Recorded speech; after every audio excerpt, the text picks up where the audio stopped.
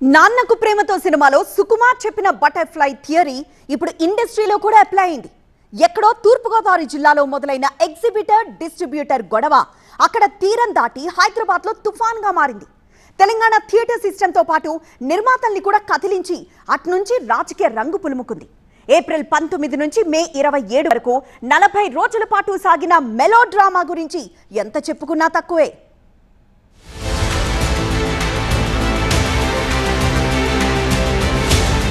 థియేటర్ల బంద్, టాలీవుడ్ లో ఒక మిస్టరీ సినిమా. 40 రోజుల ఈ నాటకానికి డైరెక్టర్లు ఎవరు? నేను లేనంటే నేను లేను, మరి ఎవరా నలుగురు? ఆ నలుగురిలో నేను లేను. వీరమల్లు బెర్రెక్కిపోయేలా చేసిన ఎలిమెంట్స్ ఏంటి? అంటే అక్కడ ఎగ్జిబిటర్స్ ఒకలాగా ఉన్నారు, ప్రొడ్యూసర్స్ ఒకలాగా ఉన్నారు, డిస్ట్రిబ్యూటర్స్ ఒకలాగా ఉన్నారు. ఈ ప్రాబ్లం అర్థమయ్యేలాగా చెప్పేవాడు కావాలి కదా. ఎంతమంది కోపికలు ఉన్నాయి ఇప్పుడు. ఫిలిం ఇండస్ట్రీలో థియేటర్స్ బంద్ వ్యవహారం ఎక్కడ మొదలైందో తెలియక ముందే ఎంతెంతో దూరం వెళ్ళిపోయింది. చినికి చినికి గాలివానగా మారిపోయింది. మన పరిశ్రమలో యూనిటీ లేదన్న విషయం బయటపడి పరువు పోయినంత పనేంది. ఎవరికి వాళ్ళు సొంత లాభం చూసుకునే వాళ్లే తప్ప ఇండస్ట్రీ కోసం ముందుకొచ్చి పనిచేసే వాళ్లే లేరని అర్థమైపోయింది. అసలు థియేటర్స్ బంద్ ఇష్యూకు బీజం పడింది ఏప్రిల్ 19న తూర్పుగోదావరి జిల్లాలో. అక్కడ అనుశ్రీ ఫిలిం సత్యనారాయణ అనే east distributor cum exhibitor theatres bandh విషయాన్ని మొదటిసారిగా తెరపైకి తీసుకొచ్చారు. ఏప్రిల్ 19 వాళ్ళ మీటింగ్ లో ఏం జరిగింది? ఆ వ్యక్తి సత్యనారాయణ, డిస్ట్రిబ్యూటర్ ఎగ్జిబిటర్ జనసేనలో కీలక వ్యక్తి అయిన. తూర్పున పుట్టిన ఈ తుఫాన్ తీరం దాటి నైజాంకు చేరింది. తమకు పర్సంటేజ్ ఇవ్వకపోతే థియేటర్స్ బంద్ చేస్తామనే హెచ్చరికతో వివాదం మొదలైంది. అది హైదరాబాద్కు వచ్చేసరికి ఎగ్జిబిటర్స్, డిస్ట్రిబ్యూటర్స్, ప్రొడ్యూసర్స్ తో ఛాంబర్ అనేక దఫాలుగా చర్చించింది. కానీ ఫలితం మాత్రం శూన్యం. పర్సంటేజీ ఇవ్వాలా, రెండుతో సరిపెట్టాలా అనే అంశంతో ఇండస్ట్రీలో నిర్మాతలు, డిస్ట్రిబ్యూటర్లు, ఎగ్జిబిటర్ల మధ్య చీలికలొచ్చాయి. అలాగే ఇండస్ట్రీలో ఇప్పుడు ఆ నలుగురు అనే మాట పక్కకు పోయి ఇదంతా కేవలం రెండు వర్గాల మధ్య ఆధిపత్య పోరేనా అనే అనుమానాల్ని రేకెత్తించింది.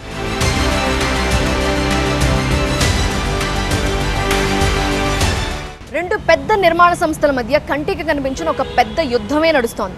ఒక వర్గమేమో మాకు ఎట్టి పరిస్థితుల్లోనూ పర్సంటేజ్ సిస్టమ్ కావాలి అని అడుగుతున్న ఎగ్జిబిటర్ల సైడ్ నిలుస్తోంది. అందుకు కారణాలు కూడా చెప్తోంది. 30 సంవత్సరాలుగా సినిమా రంగంలో, సినిమా ఇండస్ట్రీలో ఉంటూ నిర్మాతలుగా పనిచేస్తున్న డిస్ట్రిబ్యూషన్ అలాగే ఎగ్జిబిటర్ రంగంలో ఉంటూ థియేటర్స్ని స్ట్రీమ్లైన్ చేస్తాం. థియేటర్స్ అన్నిటిని ఒక నెట్వర్క్గా ఏర్పాటు చేసి అన్నిటినీ మెయింటైన్ చేస్తున్న మాకు పర్సంటేజ్ ఇవ్వకపోతే నష్టపోతాం కదా అనేది వాళ్ళు అడుగుతున్న ప్రశ్న. మరొక వర్గం ఏం చెప్తోందంటే ఎక్కువగా సినిమాలు తీస్తోంది మేము, ఎక్కువగా సినిమాలు నిర్మిస్తోంది మేమే, అలాంటప్పుడు పర్సంటేజ్ ఇస్తే నష్టపోతాం కదా అనేది వీళ్ల వాదన. ఇంకొక విషయం ఏంటంటే కొన్ని వందల కోట్ల రూపాయలు పెట్టి ఒక్కో సినిమా తీస్తున్నప్పుడు డిస్ట్రిబ్యూషన్ బయట కిందకి ఇవ్వాలి అని రెండు ప్రముఖ నిర్మాణ సంస్థలు సంయుక్తంగా డిస్ట్రిబ్యూషన్ మొదలు పెట్టాలి అని ఆలోచన చేస్తున్నాయట. అప్పుడు లాభమైన నష్టమైనా తామే భరించుకుంటాం కదా అనేది వాళ్ళ వాదన. అయితే జూన్ 1 నుంచి ఈ థియేటర్స్ బంద్ ఇష్యూ కాస్త పవన్ కళ్యాణ్ హరిహర వీరమల్లు సినిమాపై పడింది.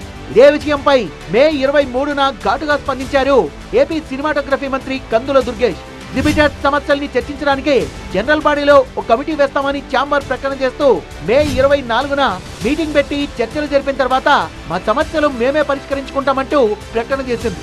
అదే రోజు సాయంత్రం పవన్ ఆఫీస్ నుంచి ఘాటుగా ఒక లేఖ వచ్చింది. వెంటనే మే 25న అల్లు అరవింద్, 26న దిల్ రాజు ప్రెస్ మీట్స్ పెట్టి ఆ నలుగురిలో మేం లేము, పవన్ సినిమా నాపే దమ్ము ఎవరికి లేదని చెప్పారు. పవన్ చెప్పేది నిజమంటూ, అసలు సినిమా నుంచి వెళ్లి సినిమాకు మేలు చేసే వ్యక్తే పవన్ అంటూ ప్రశంసించారు కూడా.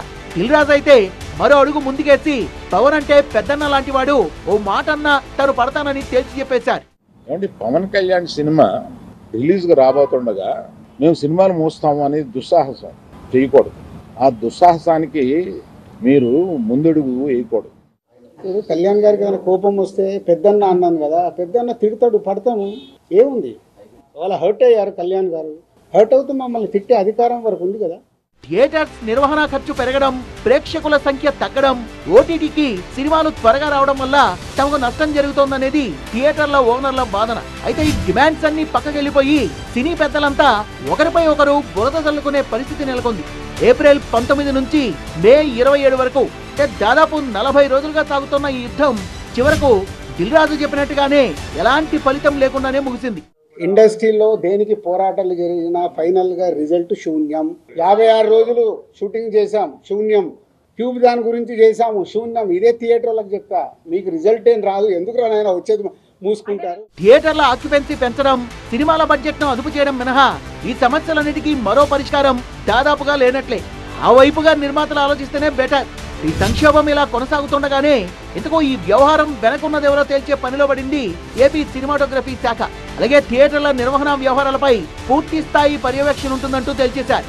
పైగా థియేటర్ల బంద్ బెదిరింపులు వెనుక ఆఖరికి జనసేన వాళ్లున్నా వదిలేది లేదని పవన్ హెచ్చరించారు. అంతే, ఆగమేఘాల మీద ఈ రభసకు కారకుడయ్యాడంటూ అనుశ్రీ ఫిలిం సత్యనారాయణను జనసేన నుంచి పార్టీ సస్పెండ్ చేసింది. ఆరోపణలు నిజమో కాదో తేలే వరకు సస్పెన్షన్ కొనసాగుతుందని జనసేన ప్రతినిధి అజయ్ కుమార్ పేరుతో నోటీస్ ఇచ్చారు. అసలు ఈ మొత్తం వ్యవహారంలో ఆసక్తికరమైన విషయం ఏంటంటే June 1 థియేటర్లు బంద్ అని మీరందరూ హెడ్లైన్స్ ఇవ్వడమే మేజర్ ప్రాబ్లం. అయితే మరి జూన్ 1 నుంచి థియేటర్స్ బంద్ అని అల్టిమేటం ఇచ్చింది ఎవరు? అసలు ఎవరు ఏమీ చెప్పకుండానే బంద్ అంటూ ఆందోళన ఎలా రేకెత్తింది? ఇన్నిన్ని సమావేశాలు, ఇంతమంది పెద్దల వివరణ తర్వాత కూడా అసలు విషయమంతా అటకెక్కి కథ మళ్ళీ మొదటికే వచ్చింది. ఈ మొత్తం వ్యవహారం కాస్త త్రిశంకు స్వర్గంలో చేరి కూర్చుంది.